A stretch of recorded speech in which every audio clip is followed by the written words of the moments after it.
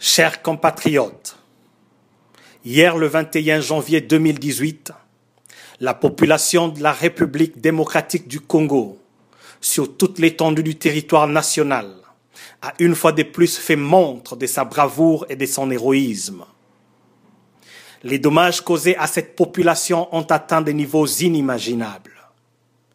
L'occupation maligne, pour ne pas dire intelligente, de son pays à travers le Rwanda, des puissances mondiales pour le fragmenter et le désintégrer comme nation, comme pays et comme peuple, en vue de continuer à le dominer, piller ses ressources et continuer à imposer la culture de la suprématie blanche et l'impérialisme occidental, principalement israélo-anglo-saxon. Ordre mondial déterminé à dominer l'Afrique par la diplomatie des armes et de guerres intelligentes. Heureusement que le monde n'est plus unipolaire, et tout cela à l'insu de l'opinion publique populaire du monde, car ils ont trouvé la forme de cacher aux médias. Cependant, au su et indifférence de toutes les puissances oligarchiques mondiales, surtout le mal fait à sa conscience collective en tant que peuple et nation, afin de le touffer dans l'œuf, humilié et blessé dans son amour propre par des viols massifs et mutilations de ses femmes, jeunes, enfants et vieilles, son peuple massacré. En seulement 2 décennies, plus de 8 millions de personnes sont tuées par des méthodes inhumaines, dans une tragédie sans précédent au silence de l'humanité entière. Chers compatriotes, grâce au courageux travail de notre jeune génération et de la population entière, enfants, jeunes et vieux, avec la contribution de ceux qui maîtrisent les applications et logiciels de communication aux masses, pour contourner le blocage aux médias officiels du pays, confisqués par le pouvoir d'occupation, qui n'a plus aucune légitimité, légalité ni régularité.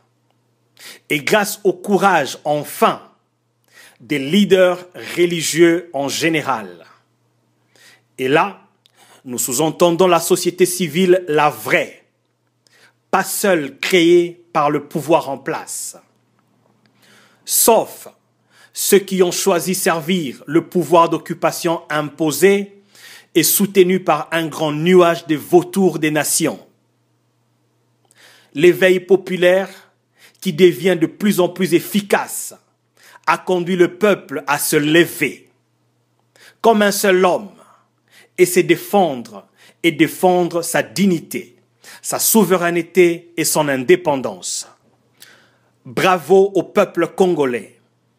Bravo aux femmes qui défendent leur destin commun et celui de leur terre-mère.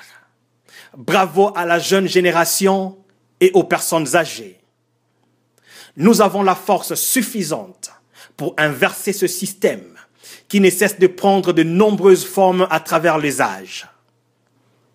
Cela a commencé par la traite négrière, après l'arrivée des Occidentaux au XVe siècle, camouflés derrière l'étiquette missionnaire religieux. Mais renions tout ce qui fait la force de toute religion qui veut se respecter, et surtout celle dont il prétendait défendre les valeurs, passant par l'exploitation de l'homme congolais comme des bêtes de somme sur sa propre terre, terre de ses ancêtres, par la destruction de nos terres, nos rois décapités, nos ressources exploitées, pillées, des ethnocides perpétrés jusqu'à l'expiration en moins d'une génération, c'est-à-dire dans 24 ans seulement, de la moitié de la population par l'administration du roi Léopold II, roi de Belge. Après avoir coupé les mains de plus d'1 million de personnes jugées non aptes dans ces plantations d'EVA privées. Et aujourd'hui, le monde le couronne du grand philanthrope, c'est-à-dire personne qui aime le genre humain. Et finalement, par la colonisation, à travers laquelle ils ont détruit ce que nous avions de plus cher, l'âme de la nation et l'identité nationale, par la rupture entre nous, notre vraie histoire et notre culture, à travers une éducation imposée, traitant de subversif tout celui qui s'oppose à ce système. Ainsi, ils condamnèrent à mort à l'euro de la nation, Lumumba, dont nous commémorons la mort cruelle, aujourd'hui connu, assassiné par la Belgique. Ils ont créé des monstres dans l'élite congolaise appelée des évolués, que d'aucuns considèrent malheureusement des hommes politiques, race qui nous gouverne à ce jour. Cette race dite évoluée s'avère des universitaires illettrés quant à nos sciences et nos valeurs. Et à quoi bon être diplômé d'une science qui n'est pas science pour toi et ton peuple?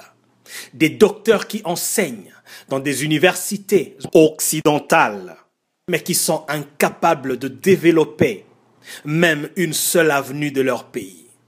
Des diplômés universitaires acculturés, totalement incapables d'identifier leur existence dans l'âme congolaise. C'est pour les descendre de la locomotive du pouvoir en République démocratique du Congo que la population congolaise aujourd'hui se lève. Ils sont au pouvoir de l'occupation et dans la soi-disant opposition. Générations après générations, sinon eux, leurs parents biologiques ou idéologiques, n'ont pas cessé de trahir la nation, tantôt au pouvoir, tantôt dans l'opposition.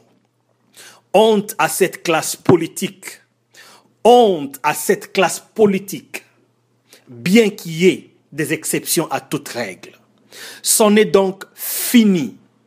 Il est temps de revivre le rêve de nos aïeux pour notre nation et de le réaliser à travers la nouvelle génération, non acculturée et ni formatée, cependant formée par les écoles, plus de la vie que celle conventionnelle, quoiqu'en possédant les titres, plus pour des motifs de formalité. Que vive la République démocratique du Congo. Que Dieu bénisse notre pays. Que vive le Congo nouveau. Gabriel Zagabé. Je vous remercie.